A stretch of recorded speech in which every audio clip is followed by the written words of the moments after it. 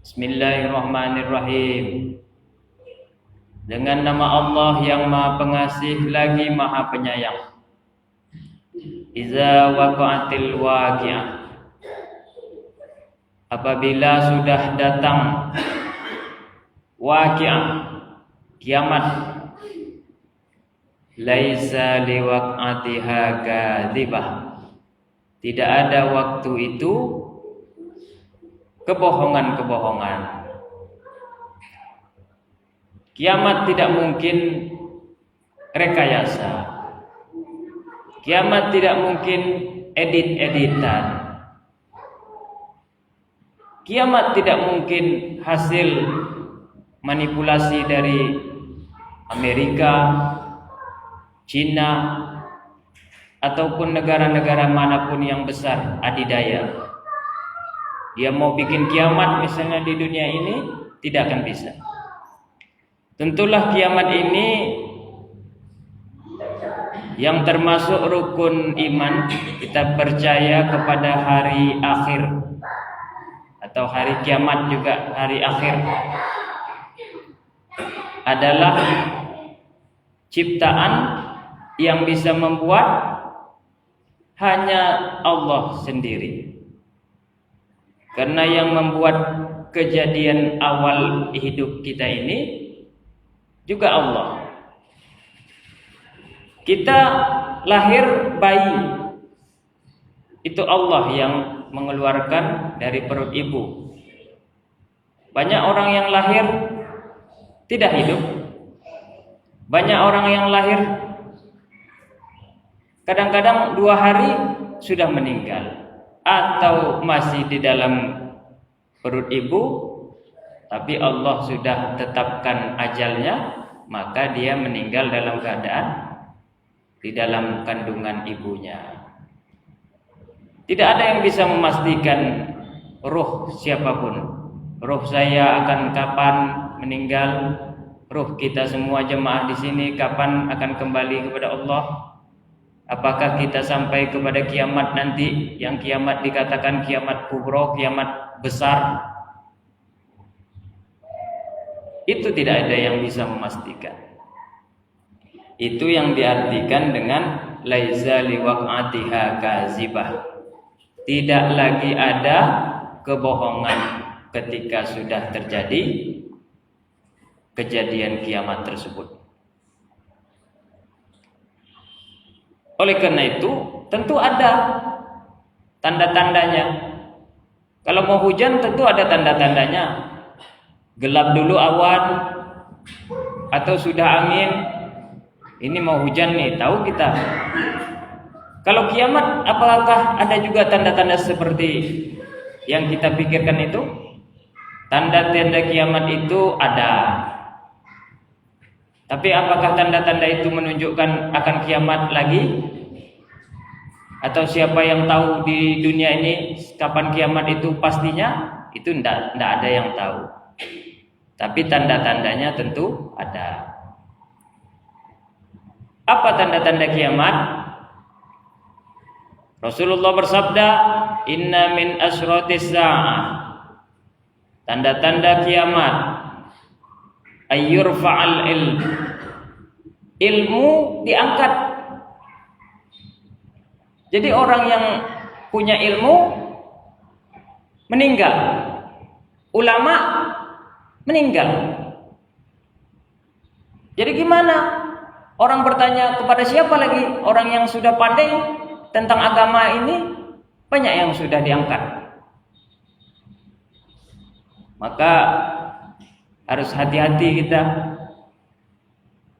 Dulu kita bertanya kepada Google.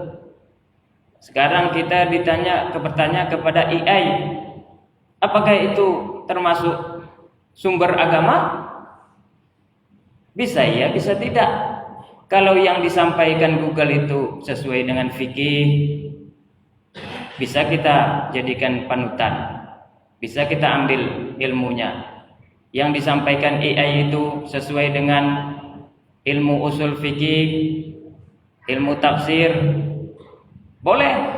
Tapi kalau ini cuman buatan-buatan orang barat saja, ini akan meragukan, dan kalau kita pakai berarti kita tidak sesuai dengan orang yang berilmu agama asli.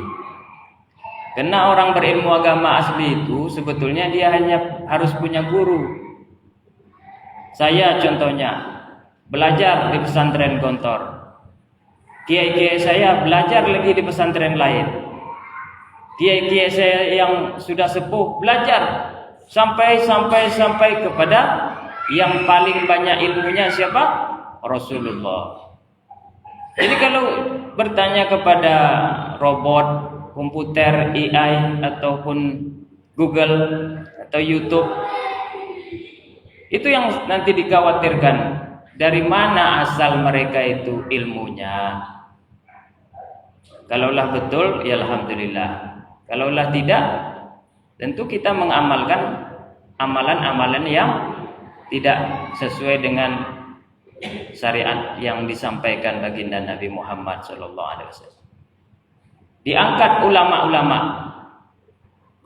Maka lihat di kampung-kampung kita, di daerah-daerah kita, kalau sudah banyak ulama meninggal, itu masuk tanda-tanda kiamat. Tapi kalau masih ada ulama, masih ada Pak Kiai, insya Allah masih selamat. Yang kedua, wa yusbatal jahlu. Orang yang tidak punya ilmu banyak. Jadi orang itu seakan-akan pintar karena dia pandai pakai pakaian jubah, pandai pakaian Islami. Kita katakan, dia hebat.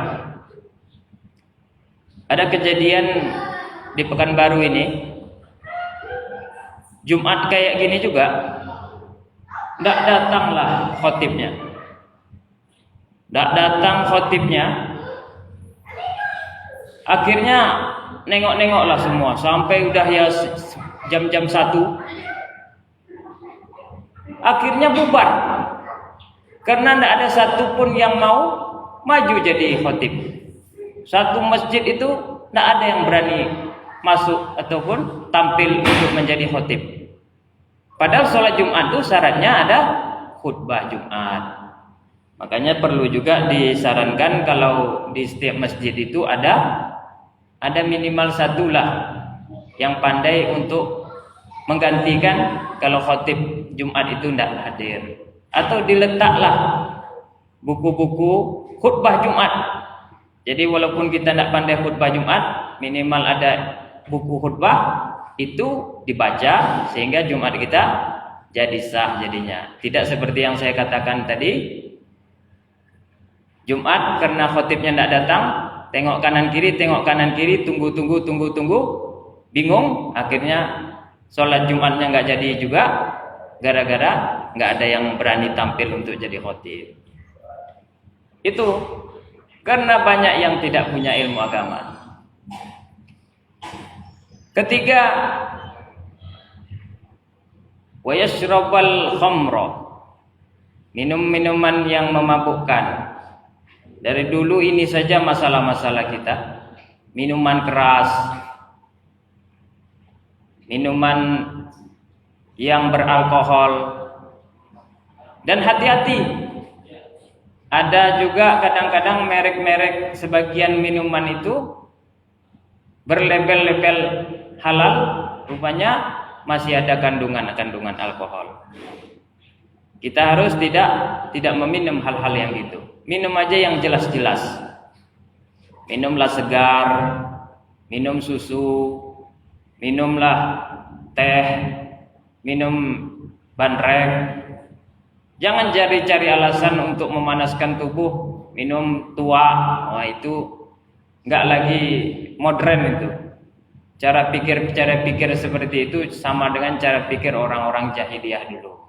Supaya gaul minum alkohol, whisky itu juga enggak perlu lagi.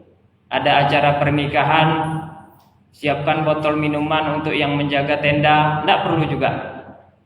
Siapkan aja mereka itu minuman yang menghangatkan tubuh. Skoteng, bandrek, udahlah. Kalau mereka bilang ini enggak biasa,